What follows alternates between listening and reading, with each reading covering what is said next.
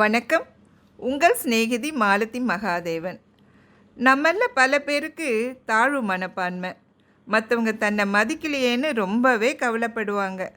அதனால் நிம்மதி இல்லாமல் தவிப்பாங்க. இப்படிப்பட்ட மனிதனை பற்றின ஒரு குட்டி கதையை தான் இந்த பதிவில் நம்ம பார்க்க போகிறோம். வாங்க கதை கேட்கலாம். ஒரு மனிதன் இருந்தான். அவனுக்கு எப்பவும் தாழ்வு மனப்பான்மை.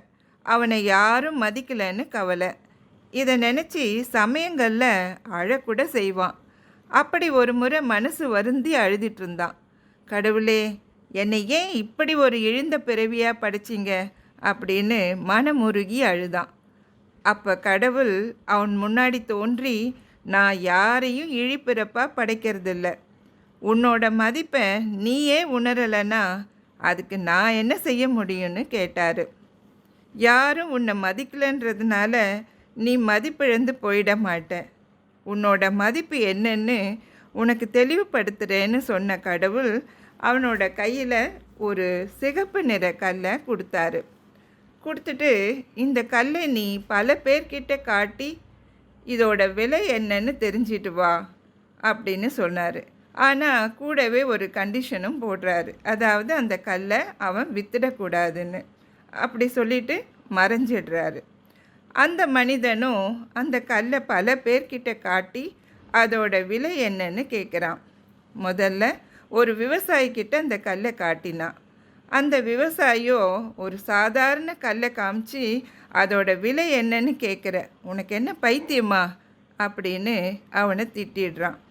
அடுத்ததாக ஒரு மாம்பழ வியாபாரிக்கிட்ட அந்த கல்லை காட்டினான்.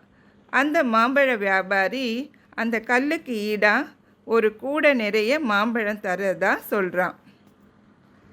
அடுத்ததாக ஒரு இடையனிடம் அந்த கல்லை காட்டி அதன் விலை என்ன அப்படின்னு கேட்டான்.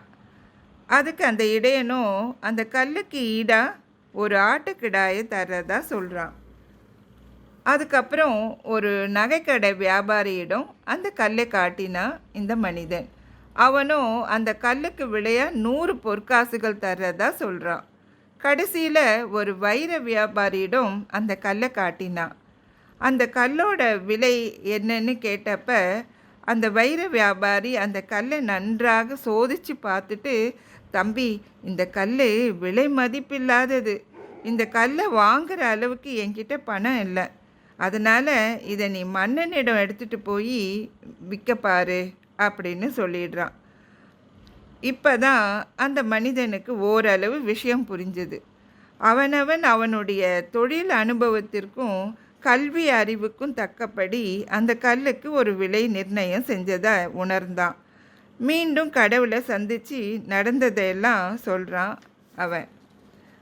அப்போ தான் கடைசியில் கடவுள் சொல்கிறாரு, இந்த கல்லுக்கு ஒவ்வொருத்தரும் ஒவ்வொரு விலை சொன்னது போல் உன்னையும் ஆளுக்கு மதிப்பீடு செய்கிறாங்க.